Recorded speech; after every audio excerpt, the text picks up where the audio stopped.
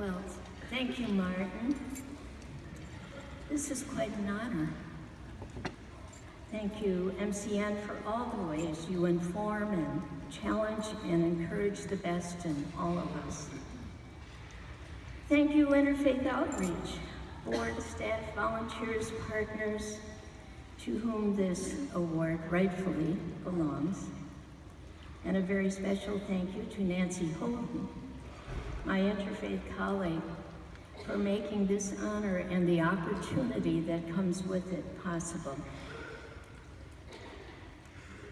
Leadership, catalytic, visionary, transformative, it seems to me, no matter the setting or time or circumstance, is impacted by multiple variables, among them the tension between internal and external systems, all kinds of challenges, opportunities, unexpected events, resources or the lack thereof, constraints, both real and imagined, and people.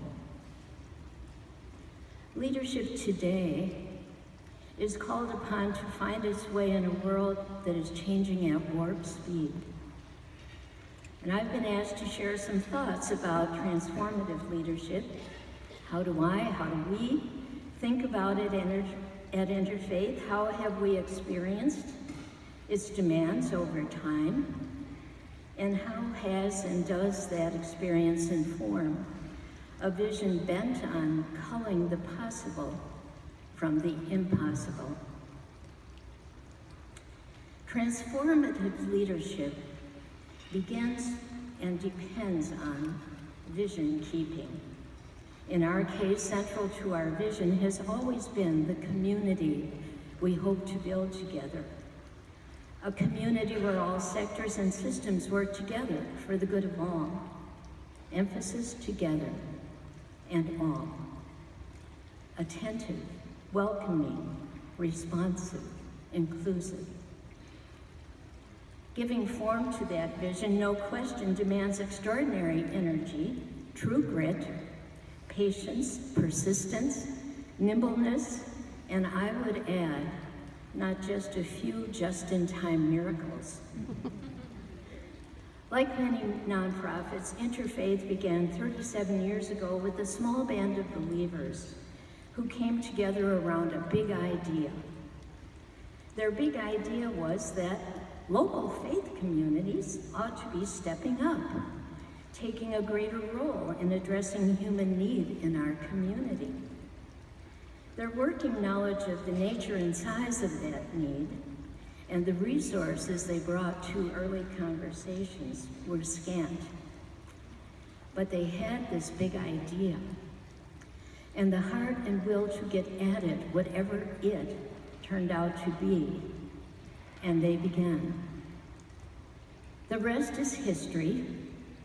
It didn't take long for communities of faith to realize that alone they couldn't bear the weight of the need that was walking in the door, and that if we really wanted to help people move past the crises that were bringing them in, we needed community-wide infrastructure to go after the complex systems that were keeping families and kids out of the mainstream and in the margins of their dreams.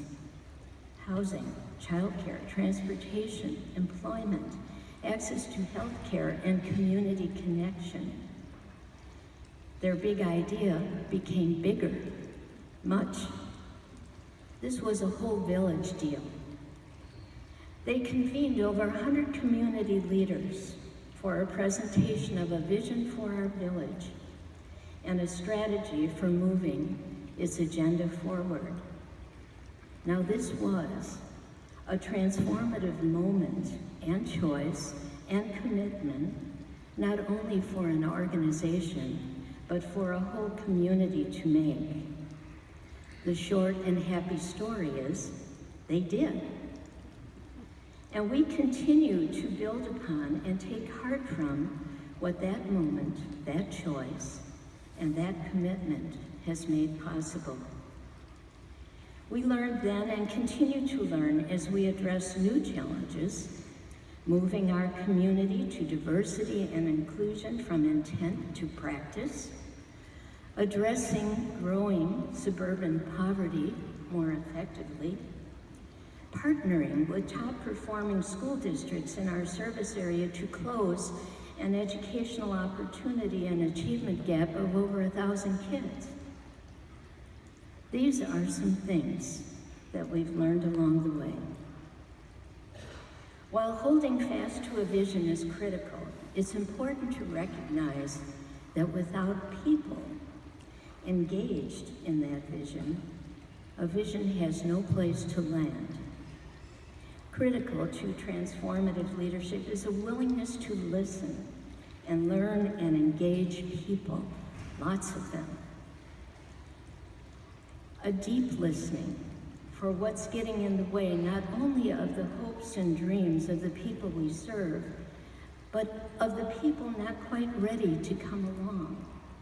Listening to assumptions, fears, biases, in search of finding common ground. Building cross-sector relationships takes time, mega time, and energy, but it's key. We can't achieve anything of significance alone.